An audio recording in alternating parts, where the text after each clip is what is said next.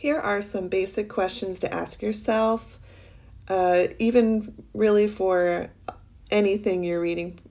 It's something small as a text or an email. This can be really helpful. When did this happen? Who are we talking about?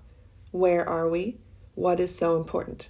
This is really important for fiction stories as well, because many times the when can be 100 years ago. It can be in the future.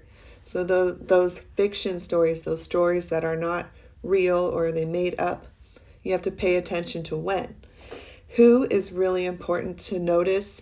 Look for those pronouns. Pay attention to the characterization when you're reading your short stories or long stories, things like that. In the what is so important, where are we is important, but what is so important is something you'll have to ask yourself a lot while you're reading. Some deeper questions down here. What information is the author not telling me? A lot of times when you're reading fiction, the author doesn't tell you everything. They might leave information out on purpose, maybe to surprise you later with the truth, or maybe to keep you guessing and keep you wondering who is in the right, who is in the wrong. So that information is necessary to get you thinking about the story.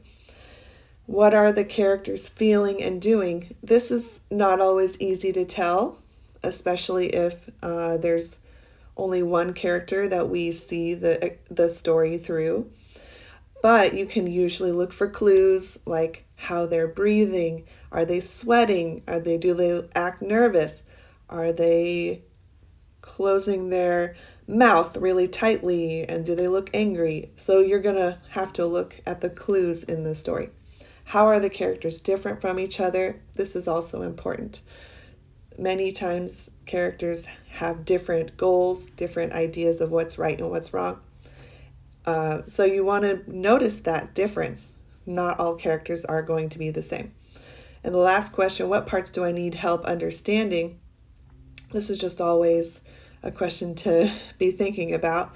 Sometimes you might need to read a couple times before you really understand something.